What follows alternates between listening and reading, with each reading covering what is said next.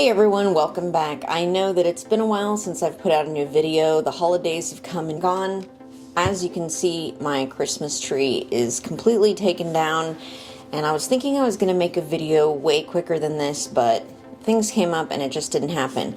I have, however, been keeping up on the comments that you guys have been writing on my videos, and I've really been enjoying that. I've gotten some new subscribers, so if you are new here, welcome. I talk all things Fuji, being a wedding photographer, and just, you know, my adventures. That's basically what all of my videos are about. I would like to do some more behind the scenes, you know, this year, but I'm still waiting for wedding season to sort of ramp up a little bit more. But I am going to go through some of the comments that have been coming in on a few of the videos that I've posted over the last few months. And one of them was from Philip Sutton 2 weeks ago. Thank you so much, Philip, for leaving a comment. He wrote that he is still surprised I'm using the XT2. And yes, I sometimes am surprised by that too. The reason why is I'm not, you know, I'm sort of a creature of habit. I don't really like changing things too much, especially if something is working. I'm the type of person that just sort of tends to keep using the same stuff. When I was with Canon, I noticed that we were constantly upgrading, and since we switched to Fuji back in 2016, I really sort of just got away from that. The mirrorless cameras worked so great that it was one of those things where it was sort of a set it and forget it type situation. I didn't really want to change or upgrade. But now that the XT4 is out, I don't really plan on upgrading to that. But the XT3s may be coming down in price, so my goal this year is to upgrade to the XT3 and sort of, you know, let my XT2s just sort of, you know, be as backups to the backups. So we do have XT3s right now, and then our XT2s, we shoot with 2 cameras. But it would be nice to just have all XT3s. So that is something that we're thinking about this year. Probably should have thought about it earlier, like 2 years ago. But again, the XT2s work so well. But I'm noticing in low light situations, they're definitely not an optimal camera to work with. So especially when you're in a dark church or a dark venue and, you know, you have a tripod and you're sort of struggling to, you know, get focus and really just get the best quality.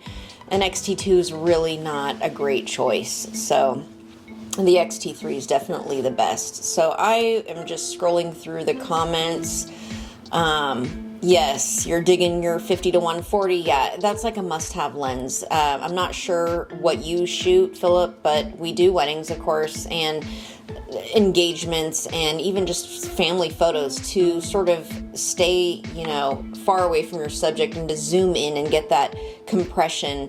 It's just such an awesome situation. So, Elias, yes. Thanks for the rundown. Always interesting to see what other wedding photographers use. I'm exactly like you when it comes to the 50 to 140 versus the 90. It comes down to the environment and amount of available light. Yes, the 90 millimeter is really sharp. Yeah, it's true. I switch off between the 50 to 140 and the 90 millimeter. It just sort of depends on what situation I'm in. If I'm in a darker venue or a church, I tend to go for the 90 millimeter just because it's a prime lens and it's really going to grab focus very quick, especially if I'm in a situation where I'm having to, you know, go down my shutter speed and shoot at like maybe a 60th of a second, and I'm really nervous about, you know, blur and stuff like that. The 90 just seems to just focus so quick. Since the 50 to 140 is a little bit longer, I use that only when I'm in really good lighting situations and I don't really have to worry about camera shake too much. So I'm hearing a lot about these Viltrox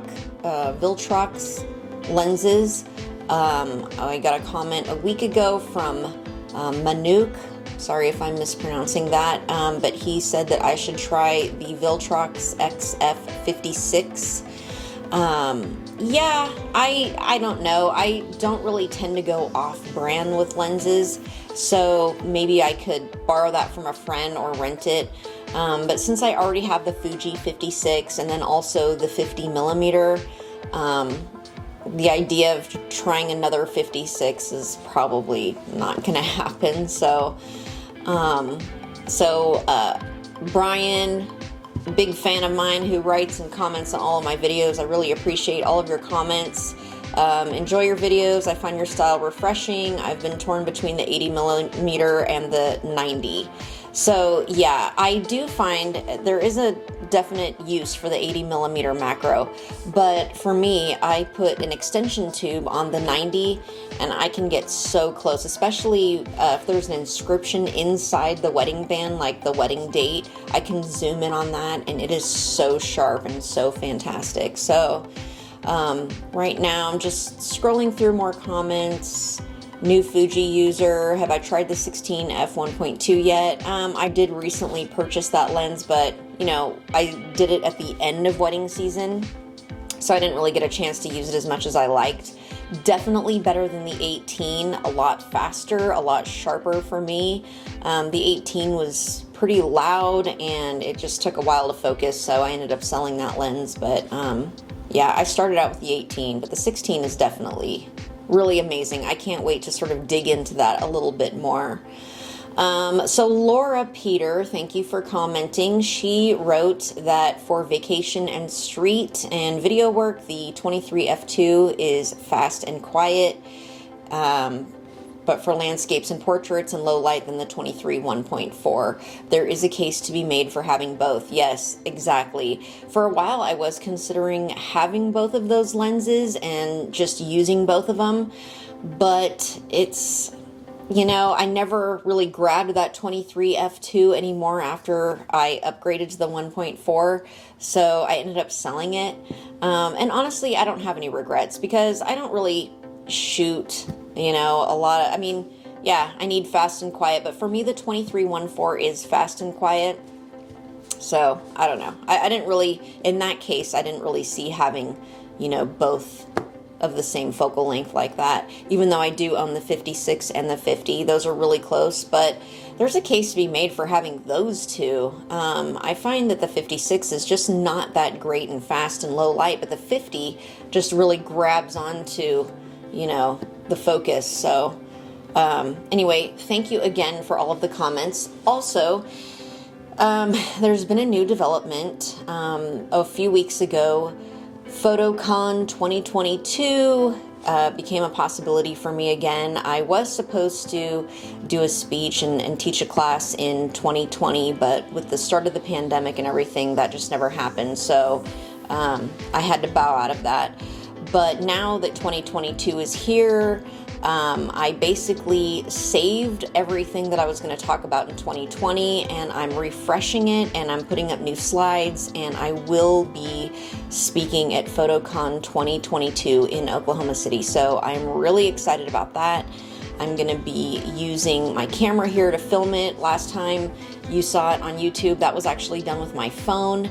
So this time I'm going to have a mic set up and I'm going to have my camera recording it, and it's going to look so much better and probably sound a whole lot better too. So I am really excited about that. Now, my speech is going to be on the business side of wedding photography, so setting up workflows, educating clients about how our business works, the importance of dressing for the part, basically anything that has to do with the business side of wedding photography. That's what I'm going to be talking about. So I'm not going to be talking about cameras and lenses and microphones and all of that stuff. I'm really going to be talking about how to run your business and how to have a successful business, you know, 9 to 5, 8 to 6, whatever your hours are going to be, but running it like a true business. And so I'm really excited about that. Of course, Bedford's has always been a huge supporter of my speaking at PhotoCon, and so Eric at Bedford's kindly invited me to, you know, speak again, and I am very grateful for that. So that is a huge announcement. Now, don't think that my videos, my monthly videos with Robert, have gone to the wayside. They haven't.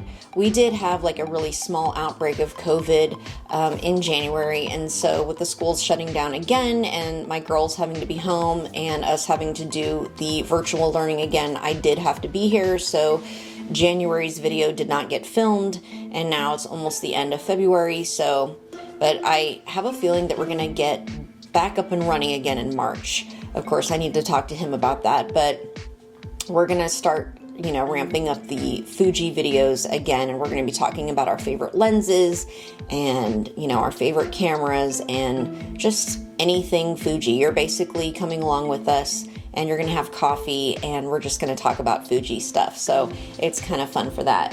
Now I'm looking around, I'm trying to figure out what else I can talk to you guys about. I know it's been a couple of months, and I do apologize for that, but you know, with the girls in school and in and out of virtual learning and stuff, it's been quite an adventure. I'm really ready for this whole pandemic to be over.